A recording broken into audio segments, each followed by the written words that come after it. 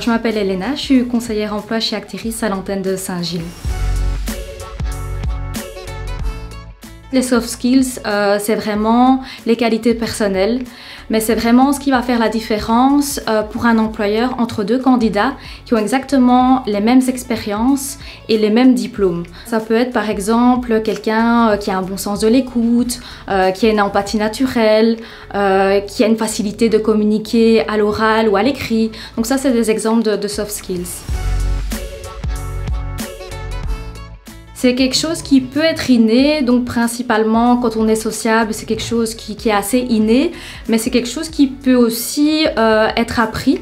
C'est quelque chose, il n'y a pas vraiment des formations pour devenir sociable, mais il y a des formations qui peuvent être envisagées pour avoir une meilleure communication, être plus à l'aise en public, peut-être aller plus vers les autres. Donc il y a toujours moyen d'améliorer ses compétences personnelles, ça oui.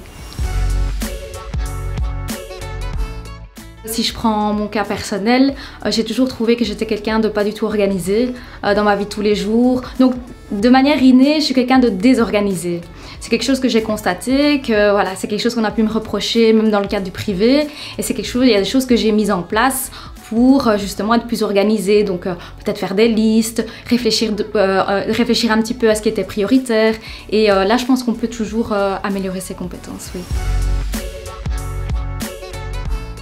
De se poser la question, quelles sont finalement mes qualités, qu'est-ce que mes proches par exemple, si je leur pose la question, quelles sont mes qualités, qu'est-ce qu'ils vont me répondre, réfléchir aussi dans le passé de quoi j'ai été fière et quelles qualités j'ai démontré pour arriver à tel résultat. Et puis aussi il y a Actiris, parce qu'on a un service chez Actiris qui s'appelle Guidance Recherche Active d'Emploi qui propose des bilans de compétences. Et là ça peut permettre de définir quelles sont mes réelles compétences. Selon moi, il faut toujours être sincère et honnête dans une candidature, en entretien. Pour moi, c'est vraiment la clé du succès.